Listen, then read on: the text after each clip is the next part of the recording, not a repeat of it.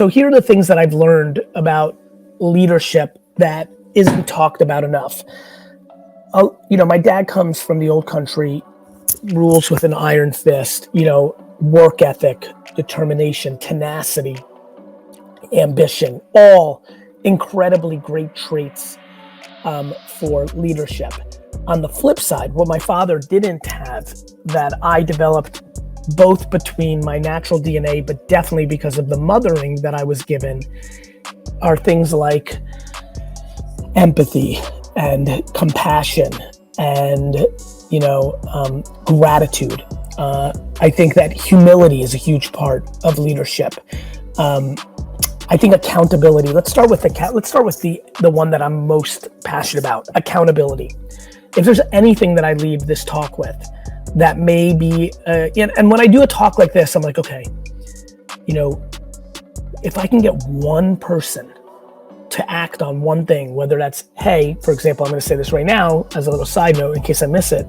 Hey, almost everybody here should be posting one time a day on LinkedIn with a video, picture, or written word with a tip or a piece of content that's valuable to the people in LinkedIn.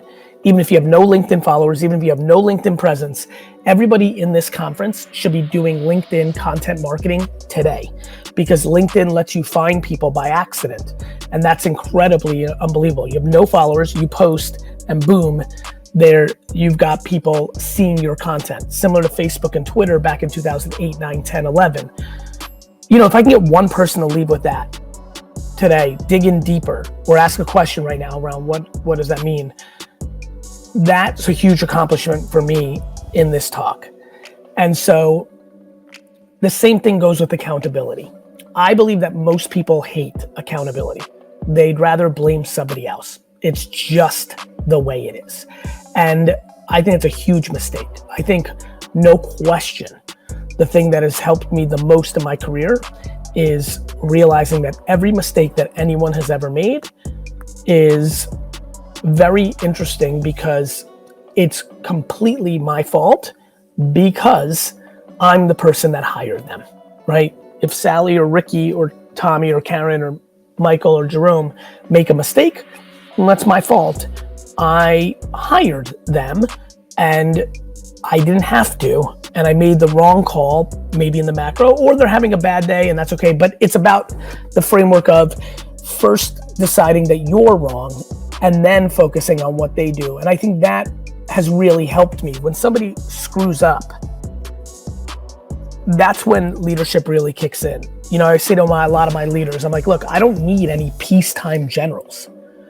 Everyone's good when everything's easy, when the money's flowing, when the customers are happy, when everything's good, everyone's a good leader. Show me what you do when there's adversity. Show me what you do when the pressure comes on. That's when it gets most interesting to me. And that's, to me, pure leadership. And I would say that most people are peacetime generals, and I'm looking for wartime generals. And that's what I think about accountability. And then I think about empathy. I would argue that empathy, a word that I've never heard growing up, period, let alone in business. To me, not only did Karen or Jerome or Sally or Ricky or Jonathan make a mistake, and not only am I like, okay, that's my fault, I put them in that position, but then when I go to, well, why did they do that? Is something going on in their home life? Is everything okay with them? This compassion, empathy. So if you kind of go accountability, empathy, and then you focus on them, you've now set up a conversation that has fruitfulness to be able to actually get to resolution, and more importantly, build on and become scalable. So I wanted to ask a question which I think is going to help some of the entrepreneur viewers, but also just the future leaders at VaynerMedia. When you're transitioning from that doer to a leader, knowing what your priorities are and where to put your focus so that it counts. Yeah. Can you talk a little bit about that? Yeah, I can. And this is something I have a lot of, and to put a little more color for everybody listening, at Vayner and a lot of other places, you get into a place where, I think you said it right? You're in execution mode, and then all of a sudden you're managing a team, and those are two very different things. And it's the thing that I most fear in the organization, period, end of story, because you have incredible executors who yearn for the financial upside and the title to then lead a team, and boy, are those two very, very, very, very, very, very, very, very, very, very, very, very, very different skill sets. And so I think the biggest thing that people struggle with, there's so many things people struggle with the transition. Number one, the thing I hate more than anything in the world, which is micromanagement. Yeah. I want to kick micromanagement in the face. I hate it.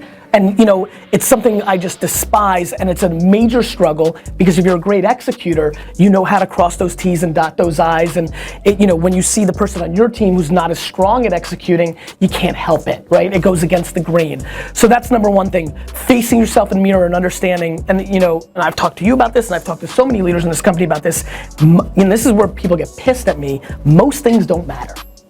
And that's a very tough mental transition to somebody that manages a team. The other thing that a lot of people struggle with, and I talk about this quite a bit in the organization as well, is when you're a leader, you have to be the bigger man and woman in every situation. And a lot of times people, especially when they make that first transition and it's the first time they're the leader, they look at it wrongfully because of society as I'm the boss, and they try to impose their will, instead of what I think the real skill set is, which is become a full-time listener, a full-time empowerer, a full-time eat crap and have humility and empathy and self-awareness. And so you go from what I believe is IQ to EQ, and a lot of people can't make that transition.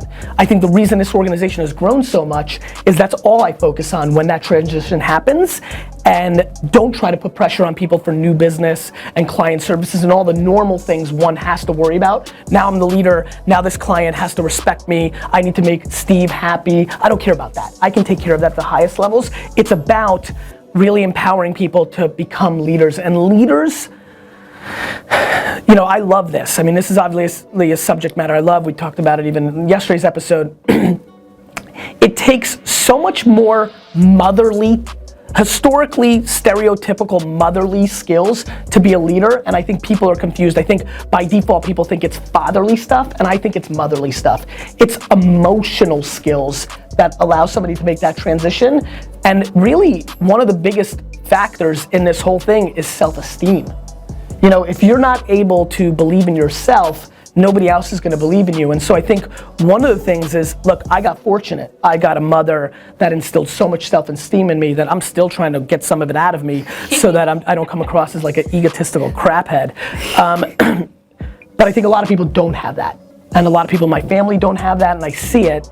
And one of the weird little tidbits that I think can make this episode valuable is, if you get into a leadership spot, and if you're self-aware enough to know that your mom or dad put you down your whole life, or society did, or you grew up as a minority, or whatever took self-esteem out of your body, or if it was never instilled in the first place, I think you need to find an outlet to create it. I think you need to find an outlet to create it. I think one of the things that I focus on here is I instill it. I instill it. I do talk 90% of the time about the positives. I just can't help it. I'm optimistic, and I just see it. I do see the good. It's what I do. There's always bad, but I think you need to seek it out, and that may come in the form of extracurricular activities. You might be a great soccer player or an improv actor, or maybe the person you date. Maybe you look for somebody who, instills that. I think that's a very attractive characteristic. I can tell you the reason I married Lizzie so quickly was because she was my mom, and so I like coming home and having a cheerleader. Like, you're great, I love that. I want that. And so I think that those are the things that come top to mind. I think about these ingredients a lot of success.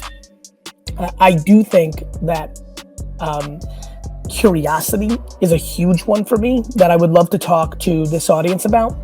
I'm very curious how curious all of you are. Have you spent time trying to figure out if LinkedIn can help, or does a podcast help? Or are you curious of yes, my direct mail or my print or my radio or my sales team has worked for my business, but this digital thing, have you really gone there? Have you just written it off because you don't want to put the work in of 30 to 40 hours to become educated on these platforms? Or have you, really spent those hours to be curious and say, could YouTube help my business. I wrote a book called Crush It in 2009, and then more recently, 3 years ago, Crushing It, an update to that book.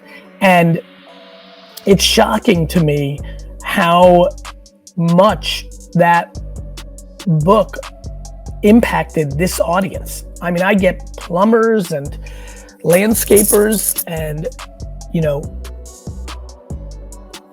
building washers emailing me multiple times a year saying that they picked up the book and never thought about social media being the driver to their business. And I think leadership, as set up, and I appreciate the way this talk is being set up, is by doing and having people follow your actions.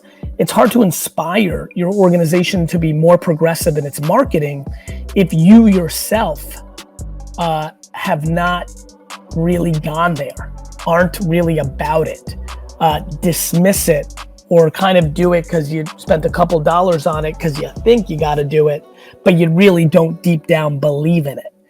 I think that's something you really need to pay attention to, and a huge mistake for a lot of family businesses and businesses in this ecosystem that I've seen over and over. A complete lack of curiosity, complacency. This is how we've always done it. This is what worked for me. I've only got another 8 years of this anyway, so who gives a crap? I'm not gonna need to learn this Facebook, Instagram thing. Huge mistake.